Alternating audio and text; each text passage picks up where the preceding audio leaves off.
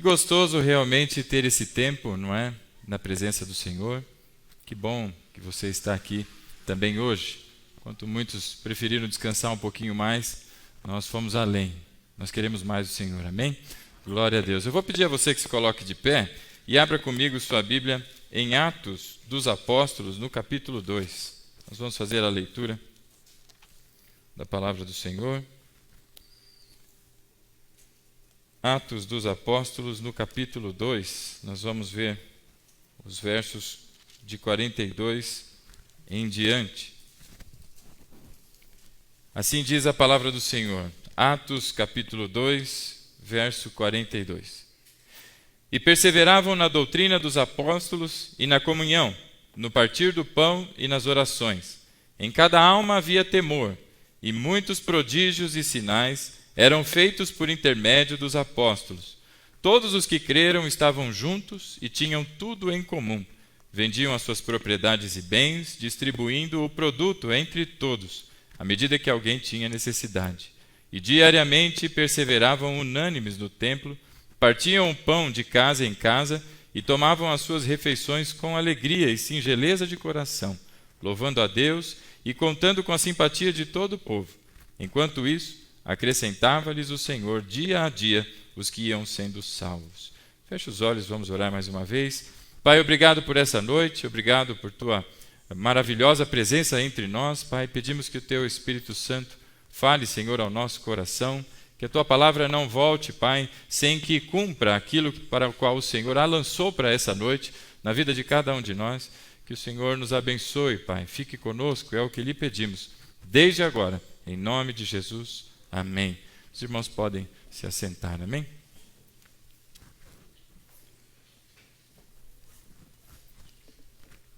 Meus irmãos, família é uma das coisas mais gostosas que a gente tem na vida, não é? Eu não sei, cada um tem uma história de vida e uma história de família diferentes, não é? Uns dos outros. Eu vou te contar um pouquinho como é que é a minha, não é? Desde pequenininho, não sei se por influência pelo fato de ser a mulher, não é? Mas eu tive muito mais proximidade e contato com a família da minha mãe. A minha mãe é a cabeça aí de cinco, são 5 irmãos, né? A minha avó, a falecida avó, a dona Páscoa Rufino, né? Uma excelente matadora de sapos. Ela jogava um álcoolzinho assim, ó, tchuf, e tacava fogo nos sapinhos lá, né? A região dela tinha bastante sapo. Você gosta de sapo? Né? E ela, uma senhora maravilhosa, uma pessoa que educou, não é? Com bastante dificuldade os seus filhos, porque muito cedo o meu avô faleceu. Eu não conhecia o meu avô, eu acho que eu não era nem nascido na ocasião. E ela cuidou de 5, não é? A minha mãe, Neuza, depois a minha tia Alice, meu tio Nelson, já falecido, meu tio Tuta e o meu tio Milton, 5 pessoas, né?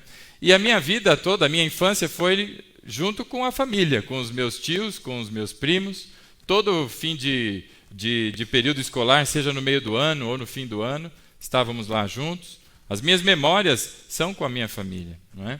Só que as pessoas vão crescendo, não é? Vão ficando mais velhas, os filhos dos filhos vão crescendo e vão seguindo caminhos meio diferentes, e cada vez ficou mais difícil juntar a família, vai ficando desafiador, né?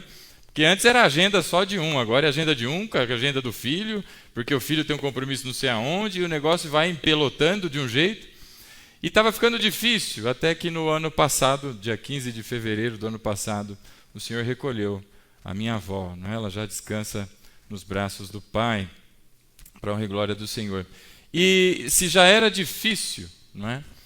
Ajuntar a família, quando ela estava presente, e ela era a principal razão, não é? Do ajuntamento da família, é a raiz, não é? A matriz dessa família, agora com ela, não é? Descansando, fica ainda mais desafiador, não é?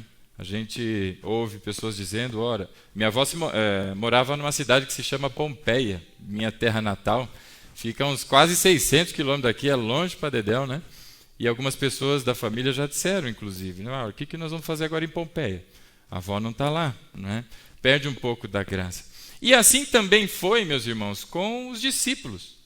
Enquanto Jesus estava com eles, enquanto Jesus, durante o seu período e seu ministério, não é, ensinando e pregando, ele congregou 12, que eram os mais próximos dele, e haviam também outros que o seguiam, uma multidão de pessoas, multidões seguiam a Jesus, várias pessoas com ele, e por onde ia o Senhor Jesus, as multidões o acompanhavam. Jesus era uma pessoa extremamente famosa na altura do seu ministério, e pregando a palavra, levando curas, sinais e prodígios, demonstrando que ele realmente era o Filho de Deus, até que ele começou a ensinar aquelas pessoas que ele iria morrer, que ele ia passar por um calvário, que ele passaria pela cruz. Os discípulos não entenderam muito bem aquilo, começaram a pensar que o mestre talvez não estivesse muito bem, não é? Pedro já se levantou na sua defesa, não, eu não vou deixar que isso aconteça de maneira nenhuma, até que finalmente chega a semana chamada a Semana da Paixão, o período do sofrimento de Jesus, e ele morre naquela cruz. Quando Jesus morre naquela cruz, meu irmão, se você conhece os relatos bíblicos, você vai ver que os seus discípulos se perderam. 3 anos ouvindo o mestre, 3 anos conhecendo da palavra, dita pela a própria palavra, manifestada ao Deus encarnado diante deles, e eles se perderam. Uns foram pescar. Eu fico pensando, o Tonhão não está aí hoje, ele gosta de pescar, né? Eu fico pensando em quem gosta de pescar. Tanta coisa para fazer, vamos pescar. Porque era a profissão que eles tinham antes. Outros foram para casa e começaram a pensar, gente parada, olhando para o alto assim, falou, e agora o que vai ser da gente? Até que de repente vem a notícia, meus irmãos, de que algumas mulheres tinham visto Jesus. E aquilo começa a tocar o coração daqueles homens, será, é verdade? Jesus vai se apresentando a todos eles e finalmente eles são congregados novamente. A presença de Jesus faz com que essa família não se dissolva, como quase aconteceu no período em que ele estava morto e depois ressuscitou. Mas a sua presença fez com que essa família não se dissolvesse. E agora ela não se dissolve jamais, porque ele vive e ele vive para sempre, meus irmãos. Nós não andamos mais sozinhos, nós nunca estivemos sozinhos, mas Jesus sempre esteve conosco. E essa família, chamada família de Cristo, ela é reunida. Nós não temos os laços, meu irmão, de sangue, como eu tenho com os meus pais e tenho com os meus primos, mas nós temos um laço de sangue que é superior a esse, que é o sangue do Messias, o sangue do Cordeiro. Essa é a família do Senhor Jesus, espalhada por este mundo afora, e que ela é congregada aqui, não é? Enquanto nos reunimos como irmãos, e será congregada nos céus, no grande dia do Senhor. Que coisa maravilhosa isso! E assim foi com os discípulos, e diante disso, nós observamos aqui o que é igreja. Não é? Nesses 15 anos de aniversário da IBFO, eu queria que nós observássemos o que é uma igreja, a constituição de uma igreja, qual é o referencial para essa igreja. E está aqui no texto que nós acabamos de ler, em Atos dos Apóstolos, no capítulo 2. O verso 42, meus irmãos, é o momento em seguida, logo em seguida, da pregação que fez o apóstolo Pedro diante de uma multidão de pessoas, e ele prega o Evangelho, ele prega Jesus Cristo, e a sua pregação, ela é tão cheia de poder, ela é tão cheia do Espírito Santo, que cerca de 3.000 homens, a Bíblia geralmente conta os homens e não conta as mulheres, não é? Por uma questão cultural, mas no mínimo 3.000 pessoas, diante daquela pregação, tiveram o seu coração impactado, e disseram a Pedro, Pedro, o que é que eu faço agora? E Pedro diz, arrependam-se e sejam batizados e comecem a seguir a Jesus. O que nós fizemos ontem é exatamente isso. Pessoas sendo batizadas pelo arrependimento e agora o desejo de seguirem a Cristo. Isso é a igreja. E em seguida dessas 3.000 pessoas se converterem ao Evangelho, o Evangelho genuíno do Senhor Jesus, vem o que acontece agora no verso 42, e que diz assim, e perseveravam na doutrina dos apóstolos, e na comunhão, e no partir do pão, e das orações. Meu irmão, o verso 42 resume para mim e para você o que é igreja. Se alguém tem dúvidas Se igreja é lugar de show, se igreja é lugar de pegar a cesta básica, se igreja é lugar de fazer festa, se igreja... Verso 42 diz para mim e para você o que biblicamente é uma igreja. Isso é igreja. O que passa disso, meu irmão, é coisa que homem inventa, não é? É a igreja que é pintada de preto, é a igreja que tem, não é, luz que apaga e pisca, não sei o quê, a igreja... Cada um tenta fazer de uma maneira a ser atrativo para o mundo. Mas a atratividade para o mundo não é a nossa forma, mas é a palavra. Disse Jesus, quando eu subir no madeiro, todos serão atraídos a mim. É Ele quem chama, é Ele quem impacta, é Ele, através do seu Espírito Santo, quem transforma a vida das pessoas. Assim foi comigo, e eu não tenho dúvidas de que se você está em Cristo, assim foi com você também. No verso 42, então, nós vamos encontrar 3 coisas que definem e dão a característica de uma igreja e uma igreja bíblica, cristã bíblica. A primeira delas encontra-se aí no início do versículo. E perseveravam na doutrina dos apóstolos. Perseverar. Os irmãos sabem o que é perseverar? Perseverar é continuar, é dar continuidade. Perseverar é se estabelecer, é ser estável. Isso é perseverar, não é? Quantas pessoas você conhece que disseram assim: segunda-feira eu começo o regime. É segunda-feira, né? Essa segunda-feira que não chega nunca. Você já viu? Você também já fez isso? Né? Eu também. Não, no mês que vem. Você vai ver, mês que vem, tal coisa eu vou fazer e tudo. E essas falas e esses brados que nunca acontecem, isso não é perseverar. Mas o que persevera é aquele que, apesar das dificuldades, se mantém constante no seu propósito, se mantém firme, não dá passos para trás, mas mesmo que parado, ele permanece até conseguir dar passos para a frente. Isso é perseverar. Não é dizer e falar e etc. A boca fala muita coisa, as atitudes às vezes não são compatíveis com o que a boca fala. E essa perseverança da igreja, essa igreja chamada também de igreja primitiva, ou igreja primeira, a primeira manifestação construída e modelada pelo Espírito Santo, eles perseveravam na doutrina dos apóstolos. Meus irmãos, a primeira coisa que uma igreja bíblica faz é perseverar na doutrina dos apóstolos. E que doutrina é essa, pastor? Ora, o que os apóstolos ensinavam, meu irmão? Quando o apóstolo Paulo diz que ele lança o fundamento como um bom arquiteto, que fundamento é este? Que alicerce é este que foi posto para a igreja? Senão o evangelho do Senhor Jesus. O que os apóstolos ensinavam? O que Pedro pregou a ponto de 3.000 homens serem tocados e agora decidirem-se por Cristo e se atemorizarem. O que eu faço agora, Pedro? É o evangelho, meu irmão. São as doutrinas do Senhor Jesus. Nós não podemos jamais rejeitar ou fazer pouco caso das doutrinas e dos dogmas da igreja.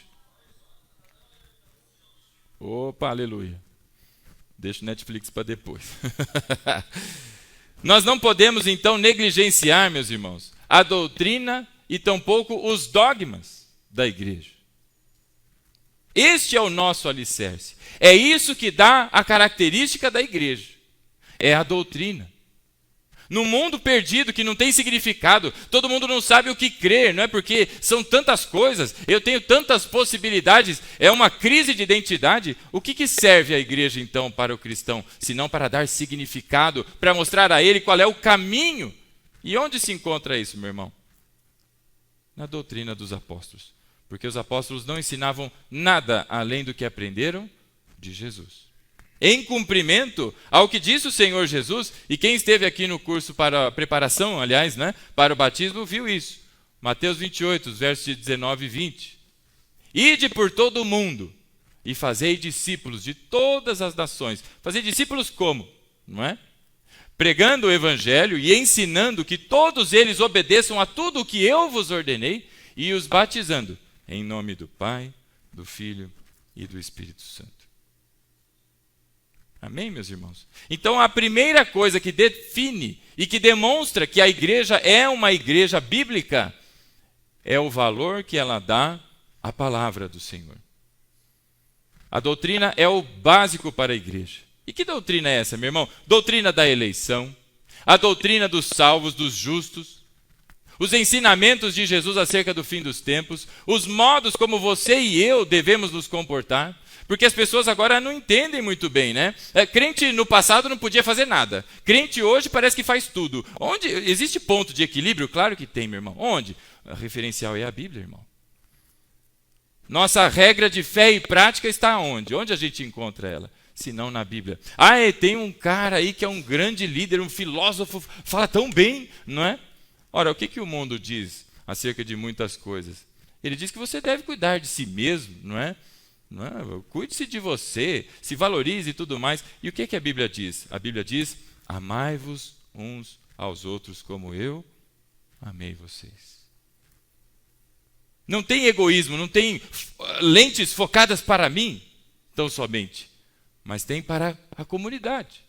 Por isso, meu irmão, é importante que a igreja jamais perca o seu referencial. Por isso, perseverar na doutrina dos apóstolos.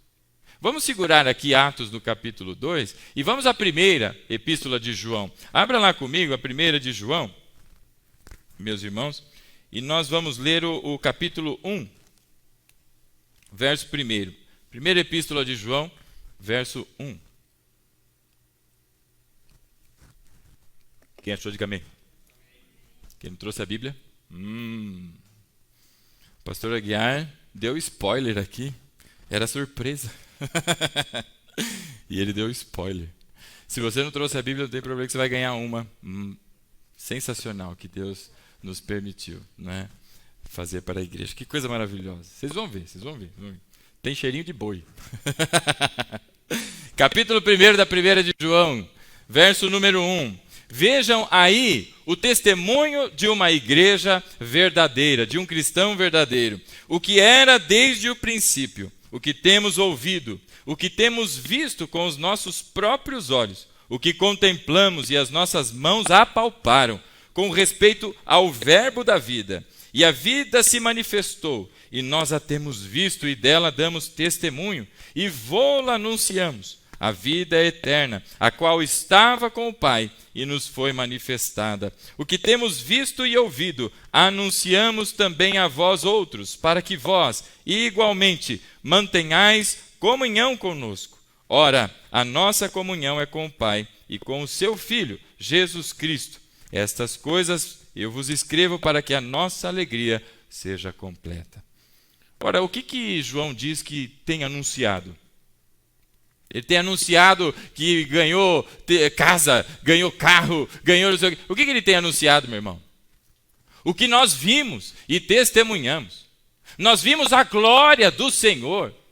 No dia da transfiguração, ele estava lá, João era um daqueles que estavam lá e viram o rosto de Jesus brilhando, meu irmão, na sua glória, a glória como era com o Pai, meu irmão. Ele teve essa visão, ele teve esse vislumbre e agora ele avisa e informa a todos eles. É isso que nós anunciamos, o Evangelho do Senhor Jesus. O que você tem procurado na igreja, meu irmão? O que você tem procurado? Todos nós precisamos das bênçãos do Senhor. Todos nós temos essa dependência. Todos nós precisamos que Deus nos trate no nosso coração. Deus trate das feridas, não só da alma, mas também as físicas, não é, que a gente tem. Nós precisamos que Deus nos abençoe com empregos. Nós precisamos que Deus... Tantas coisas realmente nós precisamos. E quanto a isso, a Bíblia diz que nós devemos pedir ao nosso Pai. Agora, o que você vem buscar na igreja? É só isso? Essa é a razão de você vir? Por que você está aqui? Cada pergunta. Oi, pastor, essas horas vai bugar minha mente aqui, né? Mas, meu irmão, não tem outra razão de nós estarmos aqui, senão para louvar e engrandecer a Deus por tudo quanto Ele já fez por nós. Efésios, no capítulo 1, verso 3, diz que nós já fomos abençoados com toda sorte de bênçãos espirituais nas regiões celestiais em Cristo Jesus. Nós já fomos. Se Deus nos levasse hoje e encerrasse hoje a história dessa igreja e fôssemos todos arrebatados para a glória, bendito seja o Senhor, porque neste lugar se testemunhou que através da pregação do Evangelho, vidas foram transformadas. Não pela pregação das coisas que o mundo pede que sejam pregadas. E talvez por isso nós não somos uma mega igreja. Mas aqui se prega o Evangelho, a doutrina dos apóstolos. E nisso, meu irmão, se sustenta a igreja do Senhor. E veja que interessante o que diz no verso 3 da primeira aí de João. O que temos visto e ouvido, anunciamos também a vós outros. Para quê? Para que igualmente mantenhais comunhão conosco. Como é que existe a comunhão na igreja, meu irmão? Através do anúncio do Evangelho. Sabe o que é comunhão? Comunhão a gente pensa sempre em churrasco. Comunhão a gente pensa, não é? Numa reunião dos irmãos, juntou os irmãos, isso é comunhão, né? A palavra comunhão vem do grego koinonia. E a raiz de koinonia é koinos, que quer dizer comum. Comum. Comunhão, portanto, é sim um ajuntamento daqueles que têm algo em comum. E o que a gente tem em comum, meu irmão? Nós temos o sangue de Cristo que nos cobre e nos livra da morte eterna, nos chamando para a vida pelo chamado celestial do Senhor. Isso é comunhão. E só há comunhão onde há pregação do Evangelho. O resto é panelinha. Onde há o anúncio da verdade do Senhor.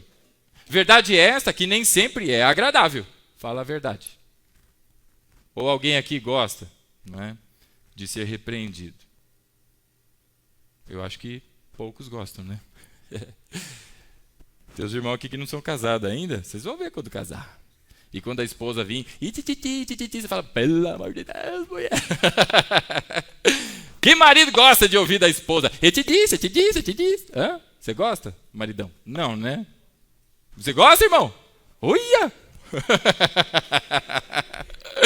Ninguém gosta, irmão. É terrível. Essas horas que você tem que, não é, exercitar o Evangelho e dizer, glória a Deus pela esposa que o Senhor me deu. Não é? Assim também é na igreja, meu irmão. As pessoas querem vir à igreja. Sabe o que eu já ouvi? Pastor, por que não tem apelo no final do culto?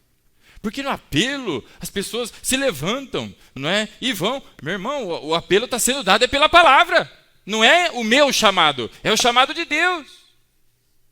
Mas querem que seja chamado, porque aí vem à frente, aí tomba, aí vai para lá, e sobe aqui, e vem ali, apaga a luz, e é louvor e tudo mais. Às vezes a gente não gosta da palavra, porque ela vai, bloft, mas é no meio da fuça, né, da gente. Principalmente quando a gente olha e fala, rapaz, ó, né? Eu acho que Deus está tão orgulhoso de mim.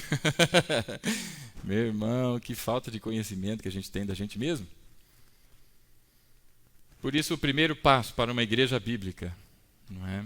E o que sustenta uma igreja nos propósitos de Deus é a perseverança na doutrina dos apóstolos. E se você não persevera na doutrina, você tem rejeitado aquilo que é o propósito de Deus para a igreja. Eu não sei se você estuda em casa, se você é de uma família, como eu vi, nunca tinha escutado essa expressão do irmão Keverson, né? Nós fizemos uma viagem, meu irmão, na sexta-feira, e nós fomos perseguidos, né? Sofremos perseguição, não foi, Keverson? Um cachorro preto desse tamanho aqui, ó. A gente passou meio assim, vai cachorro. Quando a gente passou, ele veio latindo atrás, né? Mas aí o Keverson me ensinou uma técnica. É só, como é que é? Você olha feio pro cachorro assim, e o cachorro vai embora. Não funcionou muito, não. Mas mordidos nós não fomos, né?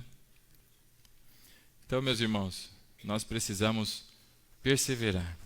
Nesse dia que nós fizemos a viagem, o Keverson falou sobre uma família e ele usou uma expressão. Eu acho que é uma família autodidata na pregação do Evangelho. Deixa eu te dizer, o anúncio do Evangelho promove comunhão.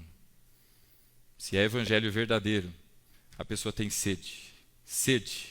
Porque a palavra de Deus nos ensina que existem dois eixos principais na vida de qualquer ser humano. O primeiro eixo é o nosso relacionamento com Deus. O segundo eixo é o nosso relacionamento com o próximo. Amai a Deus sobre todas as coisas e amai ao próximo como a ti mesmo. Não existe evangelho onde eu só tenho relação com Deus. Diz o apóstolo João, nessa mesma epístola, que é mentiroso quem diz que ama a Deus, mas não se relaciona com o seu irmão, odeia o seu irmão. É mentiroso. Está de brincadeira. Se o apóstolo João conhecesse aquele técnico de futebol, talvez ele dissesse, está de brincation with my face? É mentira, negão. Mentira. E isso é confrontamento, a palavra traz. Por isso no verso 3 diz, o que temos visto e ouvido, anunciamos também a vós outros, para que igualmente mantenhais comunhão conosco. O segundo passo de uma igreja bíblica e verdadeira é a comunhão. Crente que congrega em casa, isso não é crente não, você vai me desculpar. Não, pastor, mas eu sigo com as minhas orações. Não, meu irmão, você não está exercendo o papel da igreja, que é a koinonia, é a comunhão. Na comunhão tem muito de Deus que é acrescentado em mim através de você. E eu espero que o vice-versa também, não é? E onde eu consigo isso sozinho na minha casa, sentado no meu sofá, comendo pipoca? Onde? Não existe crente sem igreja. Isso aí é desculpa para quem não quer ter compromisso com as verdades do Evangelho. Volta comigo lá para o capítulo 2 de Atos dos Apóstolos. Nós vamos ler a continuidade, onde diz, verso 42, e perseveravam na doutrina dos apóstolos e na comunhão, no partir do pão e nas orações. Em cada alma havia temor, e muitos prodígios e sinais eram feitos por intermédio dos apóstolos. Preste atenção no verso 44. Todos os que creram estavam nas suas casas vendo Netflix. É isso que está escrito aí na tua Bíblia? Todos os que creram estavam aonde, irmão?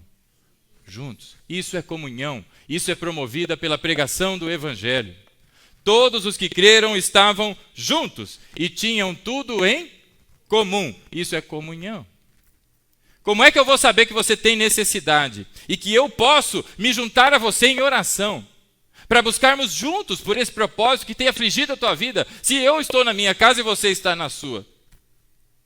Se eu participei de um evento e estou cansado e o outro não participou, mas veio, se a gente se desencontra, como é que eu vou saber?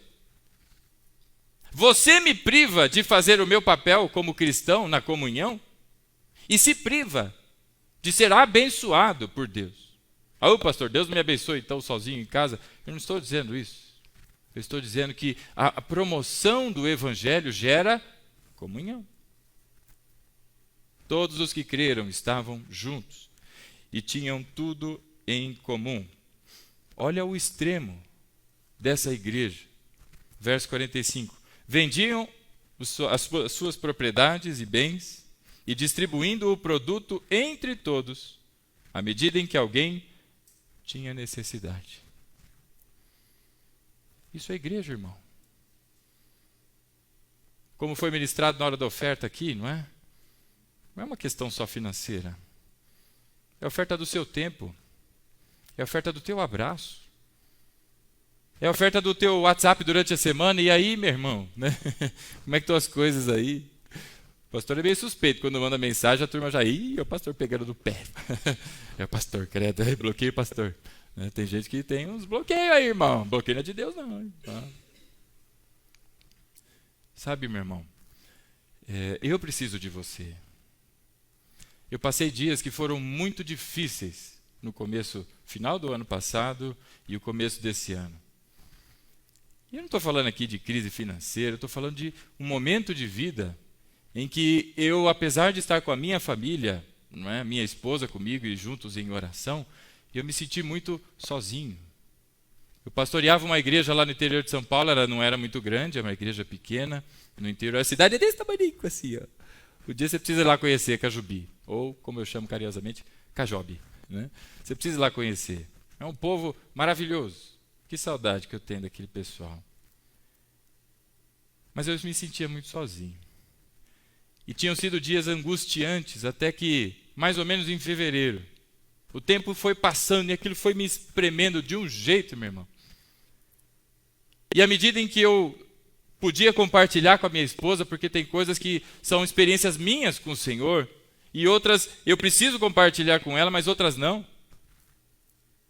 Porque é minha, é pessoal, é comigo que Deus está tratando. E nesse dia, uma quarta-feira, eu não esqueço, meu irmão. Não esqueço porque marcou a minha vida. Eu acordei depois de uma noite muito mal dormida, muito mal dormida. Levantei, peguei o carro depois do café, rotina normal, né? E saí. No trajeto de casa até a cidade onde eu trabalhava, o trajeto era de 40 minutos mais ou menos. De Catanduva até São José do Rio Preto. E esse tempo geralmente era o tempo que eu aproveitava para louvar o Senhor, para orar, tanto na ida quanto na volta. E naquele dia, o coração estava tão apertado, e eu entendi o significado da palavra de que Deus é o nosso provedor. Quando nós ouvimos a provisão de Deus, não é? O que vem à tua cabeça? Pode ser sincero. Provisão. O que vem à tua cabeça? Alguém? Não vem nada? Você está aí? Aleluia. Bênção. Sustento. O quê? Resposta. Ó, tem um crente aqui de nós, aleluia. As pessoas pensam no aspecto financeiro, não é? Provisão, uau, alimento e tudo mais. E tudo isso é provisão de Deus, a bênção, não é? A resposta, tudo isso é provisão de Deus. E naquele dia, eu podia experimentar a provisão do Senhor, que de fato é em tudo na minha vida e também na sua. Eu tinha uma angústia e um sentimento tão grande de solidão. E eu, orando, falei com Deus, aos prantos, meu irmão. Eu fui chorando o caminho inteiro. E mais ou menos na metade do caminho, toca o meu WhatsApp. Faz o... E eu tinha uma questão do trabalho para resolver e achei que fosse. Aproveitei para olhar. Quando eu fui olhar, era um irmão aqui de São Paulo que estava me mandando uma mensagem. Aquele irmão não tinha a menor ideia do que eu estava passando. Eu já não o via e não falava com ele já pelo menos há mais de um mês. Né? É o tio Daniel, aqui da igreja. Meu irmão, sabe qual foi a mensagem dele? A resposta às minhas orações ali. Ele diz, você não está sozinho não, irmão. Eu estou aqui. Nós estamos distantes, mas eu estou aqui. Nós somos família. Não deu 5 minutos que eu ouvi a mensagem dele. Tive que engolir assim, sabe quando a voz fica embargada, que nem agora? Fica aquele... Vai falando, filhinho. E eu tive que tomar um ar, respirar para responder ele e disse, glória a Deus pela sua vida, meu irmão. Porque Deus te usou para me mostrar que Ele é o provedor de todas as coisas. Em tudo. Não deu 5 minutos que eu respondi. O celular foi... Era outra mensagem. De um outro irmão aqui da igreja. E que também não tinha a menor ideia do que estava acontecendo comigo. Era o Binho. Você também deve conhecer. Sabe o que ele estava me dizendo na mensagem? A resposta às minhas orações. Você não está sozinho não, irmão. Nós estamos aqui. E o teu tempo aí acabou. É chegado o tempo. Deus é provedor, meu irmão. Isso é igreja. E eu também precisei tomar um ar para responder. E respondi. Da mesma maneira. Falei, você não tem ideia de como Deus usou você nessa manhã de quarta-feira. Sei lá o que ele estava fazendo. Pelo barulho, devia estar na rua, devia estar andando. Sei lá, Binha, né? Às vezes está de moto e mandando WhatsApp de moto, sei lá eu, né? Você não tem ideia do que Deus fez com esse gesto tão simples de manifestação de comunhão, igreja. Cheguei finalmente no meu trabalho depois de 40 minutos. Aí eu recebo uma outra mensagem. Deus mandou para mim 3 vezes, como fez com Pedro, para que eu não tivesse dúvidas de quem estava fazendo. E aí era o meu pai. Você imagina o que é que ele estava falando comigo? As mesmas coisas, que eram as respostas às minhas orações. Deus é provedor, irmão, de tudo. E a sua provisão também se manifesta no meio da igreja. Por isso todos estavam juntos os que creram, porque na comunhão, não é, há a manifestação do Espírito de Deus. Na comunhão, nós vemos a mão de Deus agindo e operando. Na comunhão, através da perseverança na doutrina dos apóstolos, talvez você e eu tenhamos alguma conversa diferente. E você diga, mas pastor, o que aconteceu aquele dia lá? O que o senhor fez? O senhor esqueceu da palavra e não sei o quê? É mesmo, irmão, porque nós devemos repreender uns aos outros na palavra e com amor. Isso é igreja. Não é passar a mão na cabeça de um e de outro, falar, porque se eu falar a verdade ele sai da igreja, pastor, não pode. Meu irmão. Comunhão é o segundo ponto que define a igreja. Perseveraram na doutrina dos apóstolos e na comunhão.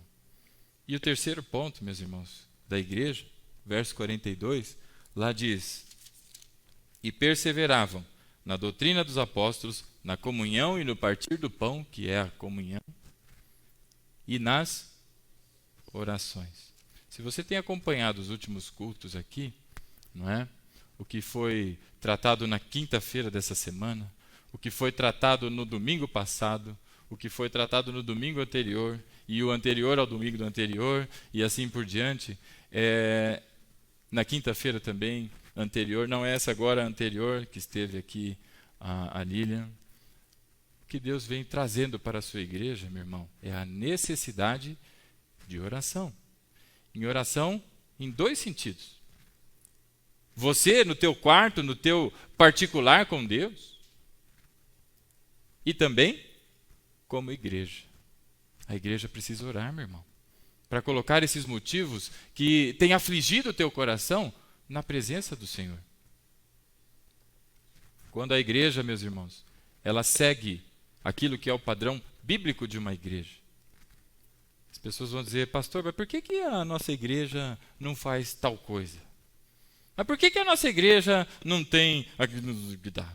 E por que a nossa igreja... Meu irmão, essa é uma comunidade que nasceu nos propósitos de Deus e de maneira bíblica. Você não vai encontrar nada aqui que não seja algo que esteja biblicamente apresentado para a igreja. Nós devemos perseverar em oração. Eu vou te dizer a minha experiência lá em Cajubi. Todo culto de ceia, os irmãos em Cajubi, não é, se colocavam no propósito de orar, para consagrarem as suas vidas. A oração começava às 8 horas da manhã. Sabe quantas pessoas iam na oração? Às 8 da manhã? O pastor.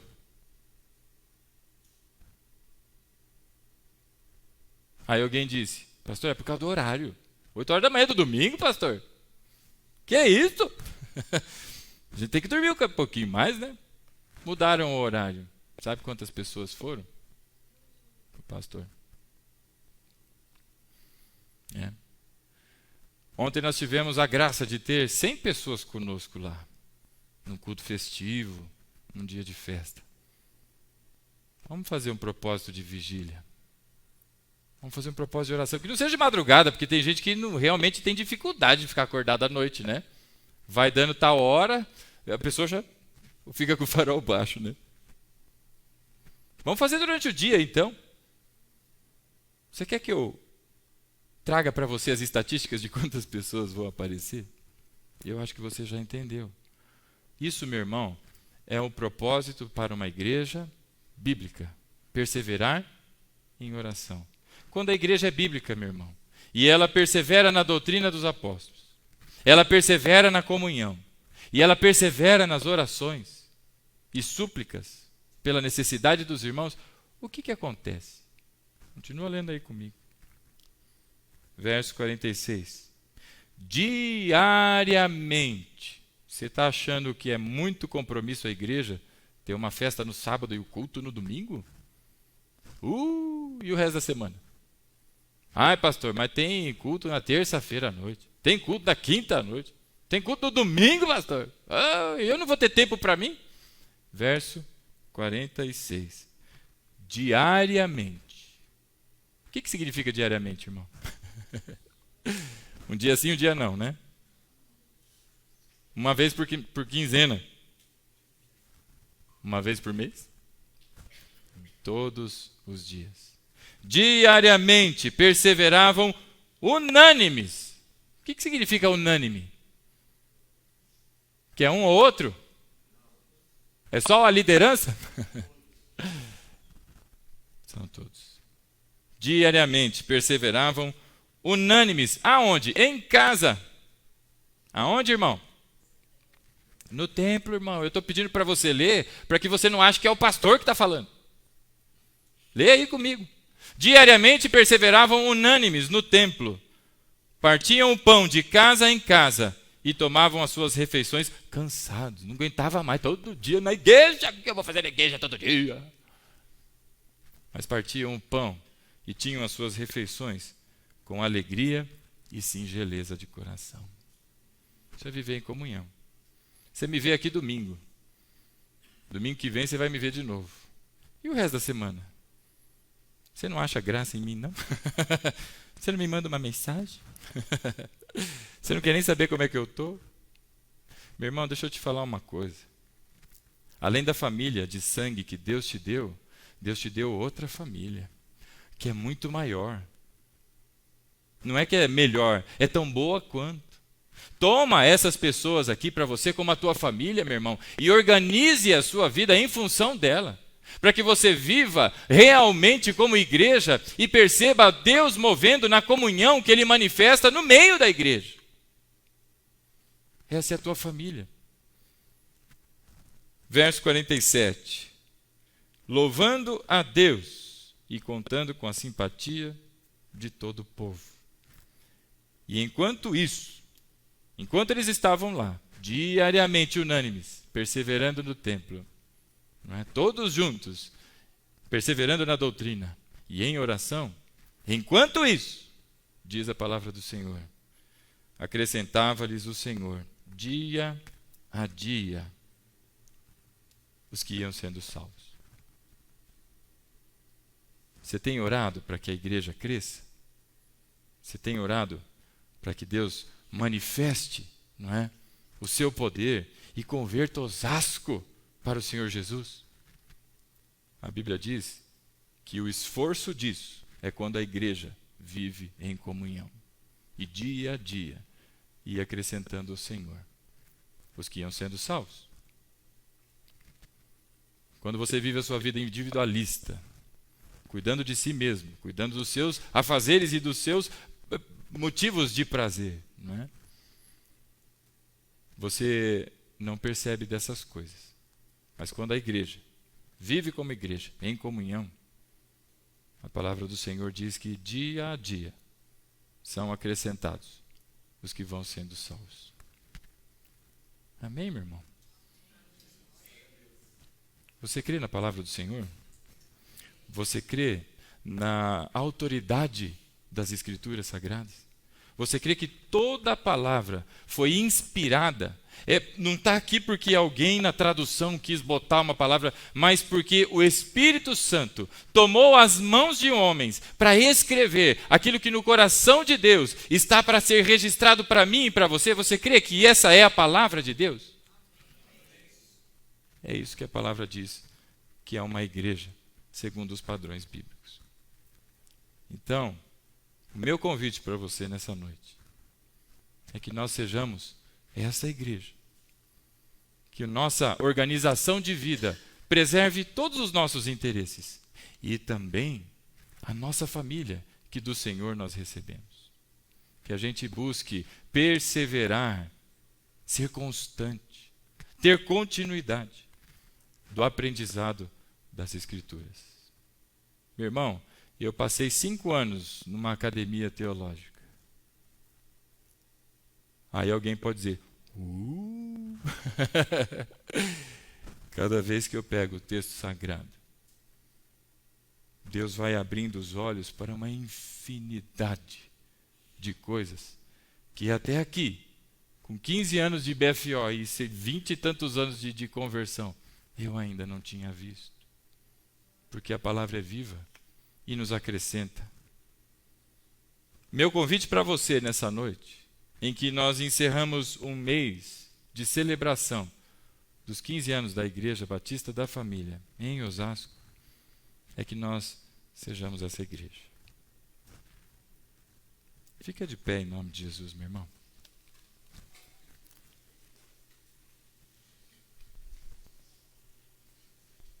Deixa eu te perguntar uma coisa. Você aceita o desafio? Sim ou não? Você está falando sim porque você está com medo de que eu, né? Vai que o pastor falou outra coisa aí, meu irmão. Vai que o pastor me põe na lista negra de oração. Não é? Você aceita o desafio de viver a palavra de Deus e não só ouvir, achar bonito, não só, eu vou lá porque, sei lá, né? Eu acho tão legal. Mas para ser nas mãos de Deus, esse instrumento poderoso de manifestação da sua glória, você aceita esse desafio, meu irmão? Que Deus testifique no seu coração, com o seu espírito. Hoje nós estamos sendo, pela palavra, desafiados a sermos verdadeiramente igreja. Meus irmãos, eu tenho, dos 15 anos de igreja, praticamente 12 ou 13 eu estive presente. Me ausentei por 3 anos. Estou de volta pela graça do Senhor. Quantos e quantos milagres Deus já operou nesse lugar. Quantas e quantas pessoas vieram aos pés de Jesus sofrendo, porque perderam alguém querido, porque passavam por um momento difícil, porque receberam um não, foram rejeitados, mas no Senhor, aos pés da cruz, encontraram redenção, consolo. Já pensou se essas pessoas viessem aqui e não encontrassem a igreja? Mas Deus manifesta a sua graça, mantendo a igreja, para que eu e você pudéssemos aqui desfrutar da sua glória. Por isso, meu irmão, se você disse sim ao desafio do Senhor, nós vamos orar pedindo a Ele que nos dê força e nos dê poder, pelo Espírito Santo, para vivermos como igreja. Feche os seus olhos onde você está.